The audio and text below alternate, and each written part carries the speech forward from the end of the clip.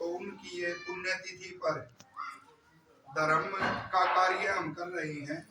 जब विद्या विलुप्त होती है तो उन कार्यक्रमों का औचित्य कम हो जाता है। जैसे अनेक लोग आपने देखा होगा कि धर्म कर रहे हैं, कहते हैं ना जी कि धर्म कर रहे हैं, और धर्म क्या होता है कि आपस में इकट्ठे हुए खा पी के चले गए। वो विद्या के अभाव में वो हो गया। तो इस परिवार में जीता जागता एक धर्म स्वरूप परिवार है कि यज्ञ का आयोजन करके और विधिवती आचार्य रूपम जी जैसे और आप सारे बैठे हुए विद्वान भी बैठे हुए तो उनके उपदेश और यज्ञ करा रहे हैं। तो वास्तविक धर्म ये होता है। और पिता का जो कर्तव्य है सुसंतान समाज को देना, तो दोनों ही भाई बड़े धार्मिक है और विशेष करके बड़े भाई का उत्तरदायित्व होता है पिता के बाद उसके कर्तव्यों को पूरा करना। तो पता नहीं क्या इनके पूर्व जन्म के संस्कार अमित शास्त्री जी के या इनके पिता के संस्कार, कहां से इतनी धार्मिक वृत्ति इनके अंदर एकदम से जागृत हुई। एकदम से तो नहीं होती, वो संस्कार होते हैं, कोई अवसर पाकर जागृत होते हैं। तो एक नया वो चलाया इन्होंने कि गांव-गांव जाकर अनजान गांव में भी गए जहाँ कोई नहीं जानता और वहां लोगों को घर से निकाल के इकट्ठा करना। वरना किसी ने कहा है ऋषि तेरा मिशन बंद हुआ मकानों में, बिकने लगा तेरा नाम अब दुकानों में। खुले प्रचार को समाप्ति हो गई। जो उपदेशक होया करते स्वयं जाया करते गांव-गांव। तो मैंने अपने जीवन में आचार्य जी के साथ भी रहे अनेक वर्ष, आचार्य बलदेव जी के साथ, तब भी गुरुकुल के बच्चों को भेज देता था मैं गाँव में इकट्ठे करने। लेकिन वो आचार्य बलदेव जी के नाम से करते थे क्योंकि उनका नाम ही बहुत बड़ा था। लेकिन उनके जाने के बाद एक चुनौती कि अब कैसे हो। और वो श्री अमित शास्त्री जी ने वो लगभग 600 गाँव में प्रचार वो किया।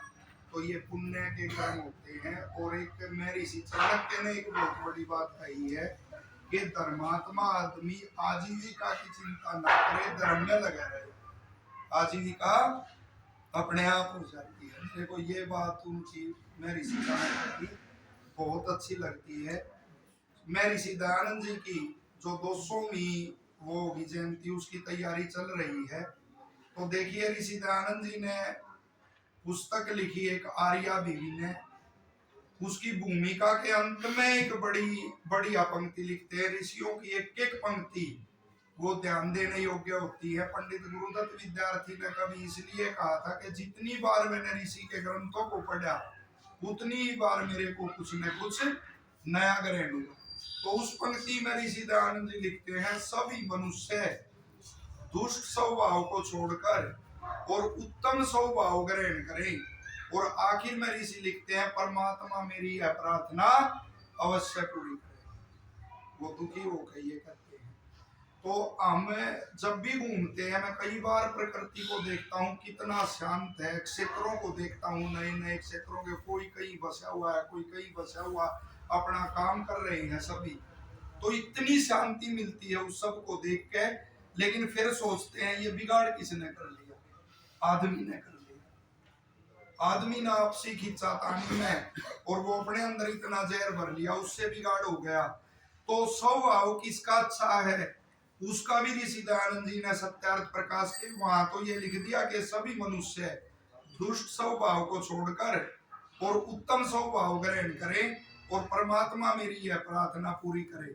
लेकिन 9वें समुल्लास में सत्यार्थ प्रकाश के उस स्वभाव की भी पहचान दे और ये कहा प्रत्येक को चिंतन करना चाहिए कि तेरा स्वभाव कैसा है और उसमें दुष्ट स्वभाव को छोड़कर उत्तम ग्रहण करना चाहिए।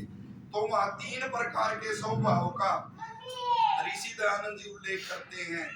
और ऋषि की कोई भी बात अपनी नहीं, वो मनुस्मृति का ही हवाला देते हैं कि प्रकृति होती है सात्विक राजसिक और तामसिक।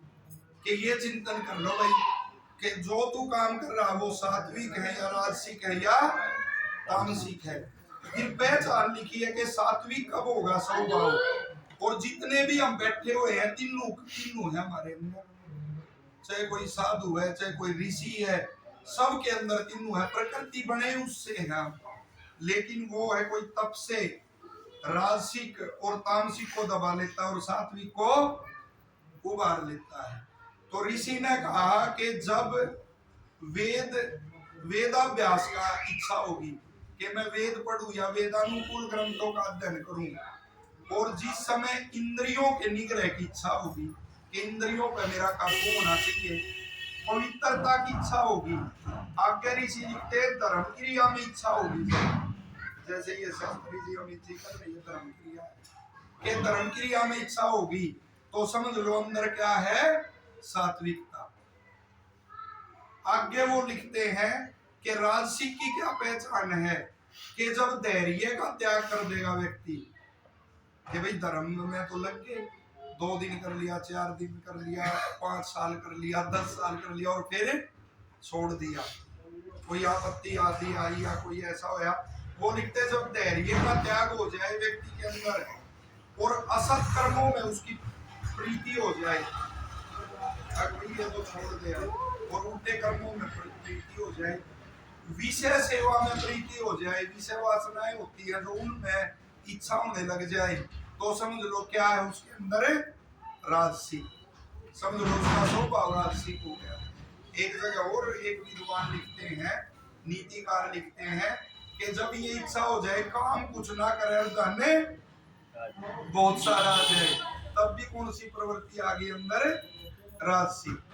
फिर वो लिखते हैं तामसिक स्वभाव किसका, उससे भी निकृष्ट कौन सा है जी, तामसिक। उसमें लिखते हैं आलस्य, निद्रा और क्रूर स्वभाव हो जाए कि भाई अगले ने तो मार कर अगले का तो नाश कर दे, तो वो कहते हैं आलस्य, निद्रा, क्रूर स्वभाव का होना, मध्यम आदि में रुचि होना, तो वो कौन सा स्वभाव है जी, तामसिक।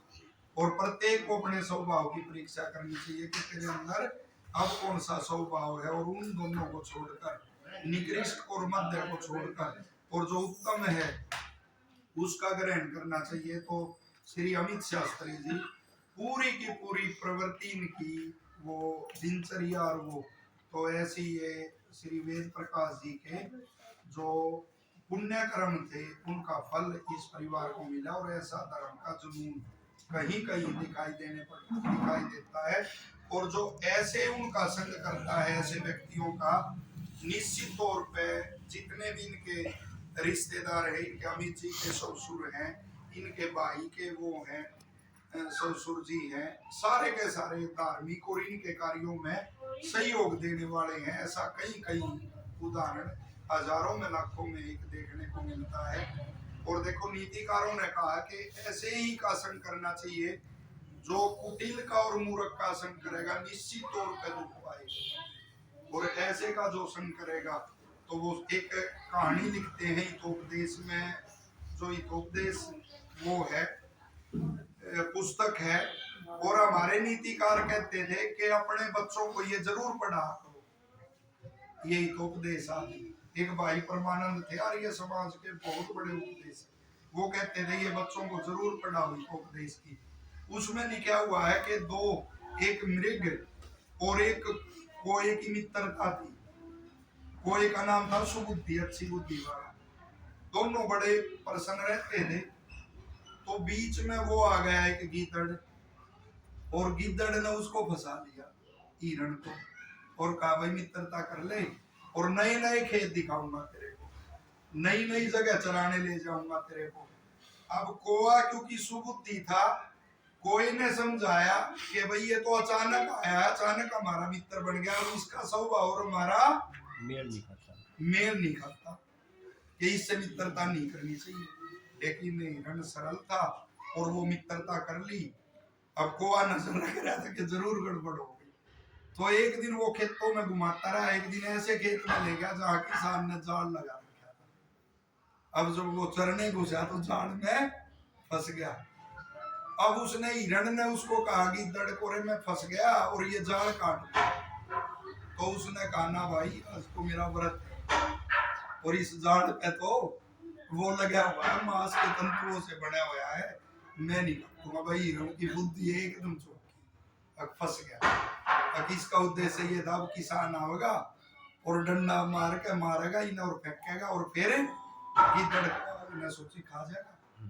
तो इतने में वो को आ गया, कोई ने उसको फंसा हुआ देखा और कोई को उसने कहा कि भाई तूने मेरे को बहुत समझाया लेकिन अपने स्वभाव के कारण सरलता में मैं फंस गया, अब क्या करूं। तो उसने कहा उपाय बताता हूं कि दड़ मार कर पड़ जाए, कि किसान आएगा सोचेगा कि मरा पड़ा है और जैसे ही वो जाल काट आएगा तुम भाग जाइए।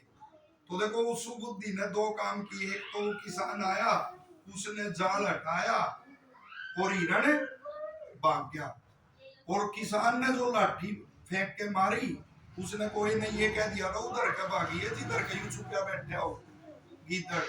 किसान ने जोर के लाठी मारी, वह किसके लगी? गिद्दड़ के लगी और वो मर गया। तो अपने मित्र को भी बचा लिया और दुष्ट को भी मार दिया।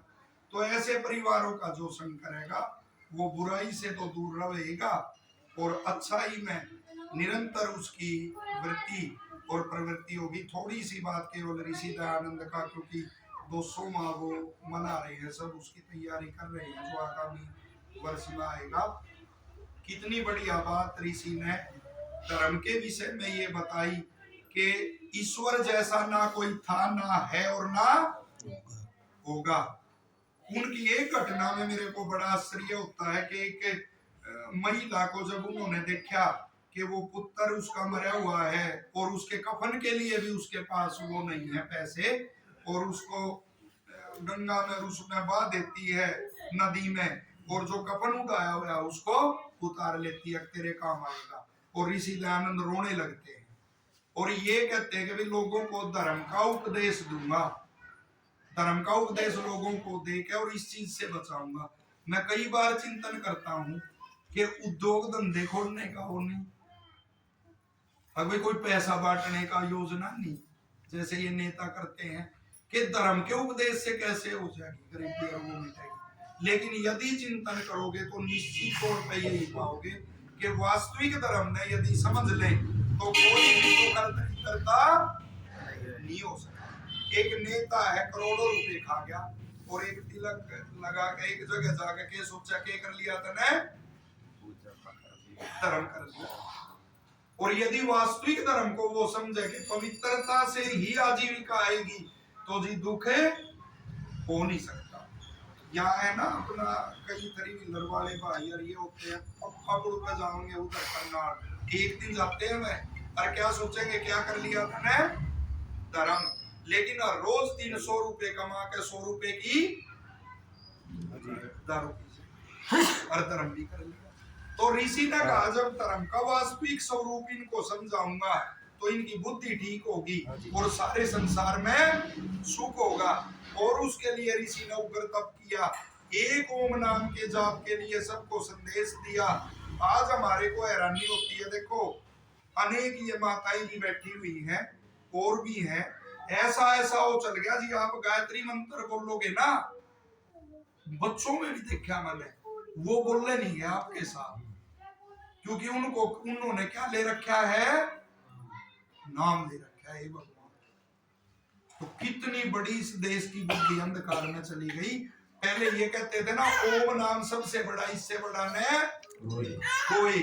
और अब मैंने जगह जगह उदाहरण देखे, आप ये करते रहिए वो अपना जपते रहेंगे। तो जिसने अपनी दुकानदारी चलानी है वो पहले दूसरे के सत्य को मिटाएगा। ऋषि दयानंद जी एक जगह एक पंक्ति लिखते हैं कि जिसने अपनी झूठ चलानी है ना वो दूसरे को सत्य को मिटाएगा फिर चलावेगा। और आज देख लो कैसी दुकानदारी चली।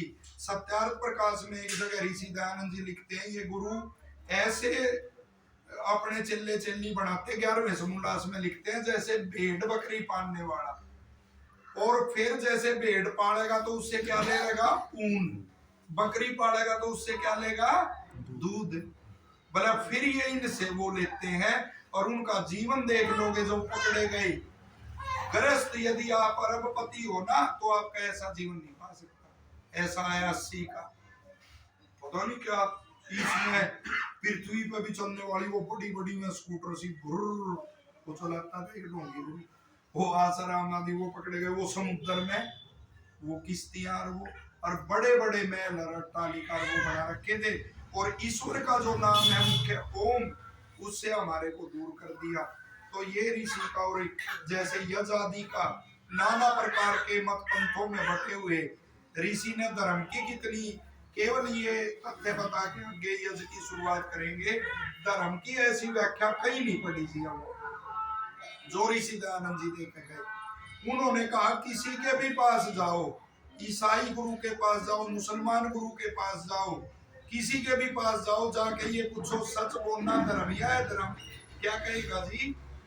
धर्म। झूठ बोलना कहना पड़ेगा है धर्म। तो ऋषि ने कहा जिन बातों में सबका विरोध नहीं है, सबका एक मत है, वो तो क्या होगी? धर्म। और जिन बातों में विरोध है वो क्या होगी? है धर्म। और साथ में ये कहा कि ये देखो वो अपने को बड़ा बताएगा।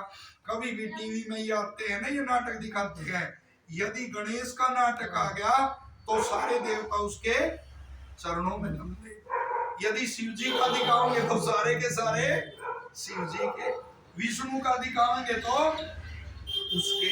तो ऋषि दयानंद ने कहा यदि 1000 के पास जाओगे तो 1000 स्वयं को बड़ा बताएंगे, तो एक की झूठ के कितने गवाह होगे? 999। ऋषि लिखते एक की झूठ के गवाह कितने हुए जी? 999। और ये सारे के सारे नाम किसके हैं? परमात्मा के, गणेश, शिव आदि। तो एक नाम का भी ऐसे अर्थ पूर्वक ऋषि ने कहा यदि 24 मिनट भी बैठ कर हम जाप करेंगे तो सारी वो अपना जो भी अपवित्रता है या कुटिलता है मन की, वो दूर हो जाएगी और सुखी रहेंगे। तो ये ऋषि का वो है। और सबसे निवेदन है कि जैसे ऋषि का मिशन किसी ने कहा मकानों में बंद हो गया या दुकानों में बिकने लगा, आप अपने वो चुनने लगे ये मेरा वो मेरा, तो उसको छोड़ के और अपने व्यक्तिगत स्तर पर और आर्य समाज का जो विशुद्ध संगठन का कार्य है उसको अपने स्तर पर करना चाहिए। वेद में आता है स्वयं यजस्व के उत्तम काम स्वयं करो। ऋषि का हर कार्य करता उसका एक सिपाही होना चाहिए, अपना धर्म का प्रचार करने वाला होना चाहिए। और ये वो सबसे बड़ा उदाहरण उसका ये परिवार है। और आप लोगों को एक बार फिर कहता हूँ इस क्षेत्र का सौभाग्य है कि ऐसे वो साधु रूप में ये आचार्य अनुपम जी वहां संभाल रहे हैं। इनकी अमित जी को वर्षों से कहता आ रहा हूँ कि इनकी गृहस्थी को मैं बार बार प्रणाम, ये ग्रस्त होकर कहा अपना संघर्ष कर रहे और साथ में यीशु से जुड़े, तो इनका भी हर तरह से आपको सहयोग करते रहना चाहिए। अब यह